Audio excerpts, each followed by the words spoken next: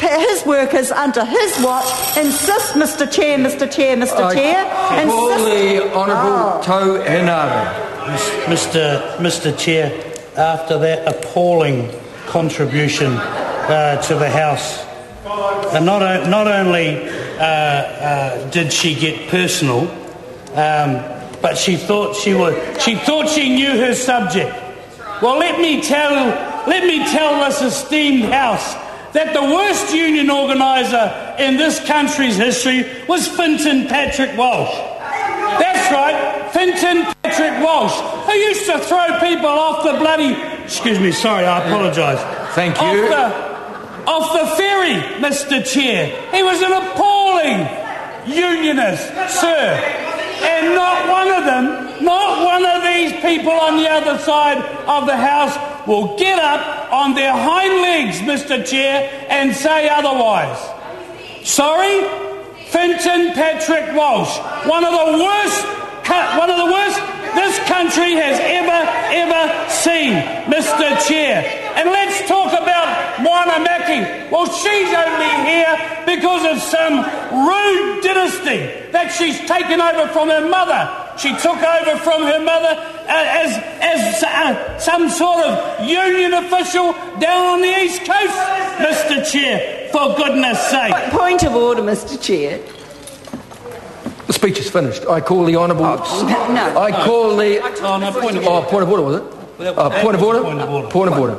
Yeah, point of order, The Honourable Mr. Steve Speaker. Chadwick. I understand we're up to clause 1, and I haven't heard the Speaker and the Chair at all refer to clause 1, just rather a personal tirade that we can quite enjoy over this side of the House, actually, but there didn't seem to be much relevance to that little tirade history. Okay. Speaking to the point of order. No, just a minute. Can I thank the member for her contribution and say that with any speech in reply, and a number of speakers' rulings, that the Speaker following has some time to rebut some of the accusations against them.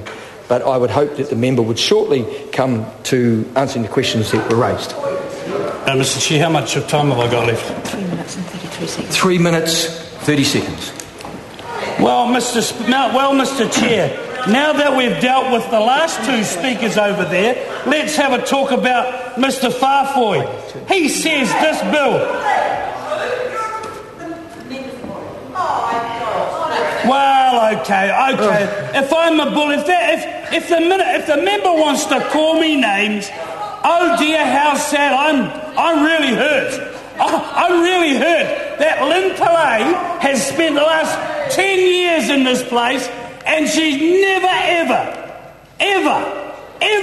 in the last 10 years put anything worthwhile on the floor of this House. And it amazes me. It's no wonder she lost to Paula Bennett.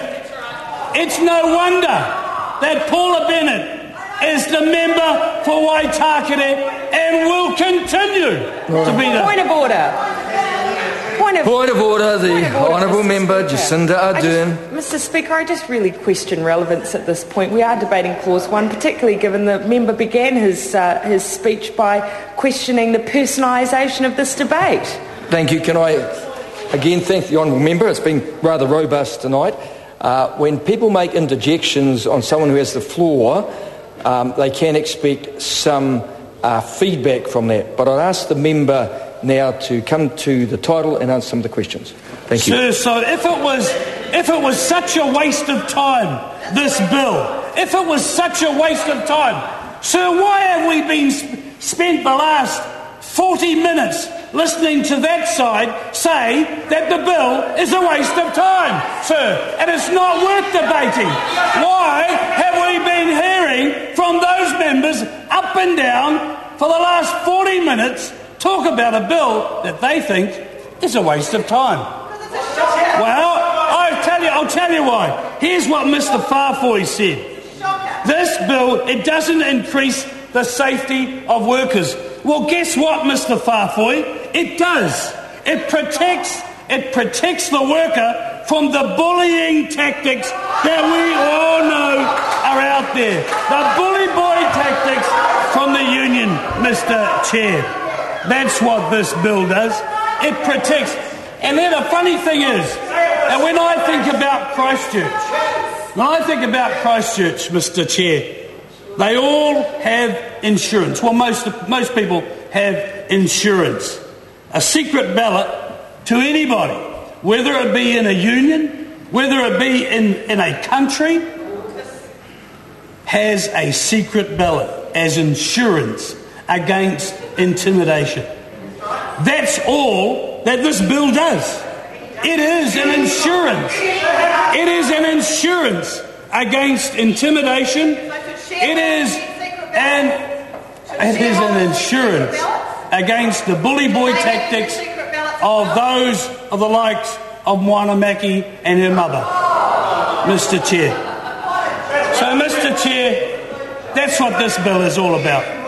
And just while I'm on my feet, Mr. Chair, and just while I'm on my feet, they get up and they say, well, the word worker is being pulled from the bill. Well, here's the reason why, Mr. Davis and Mr. Farfoy. Here's the reason why. Because if they knew what was in the Principal Act, they would realise that the word worker doesn't appear in the Principal Act. Mr. Chair. I call the Honourable Tau Henare. It was the Labour government that passed the Principal Act. So nowhere in that Act of Parliament that was passed by Lady Helen Clark. She passed that bill.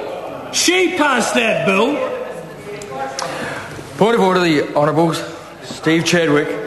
Take offence at the reference to the previous Prime Minister. I'd like the member to withdraw and apologise. No, the member can't take offence at that.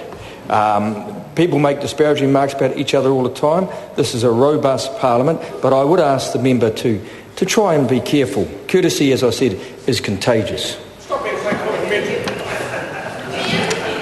Well, it would have been if they were courteous, Mr. Chair.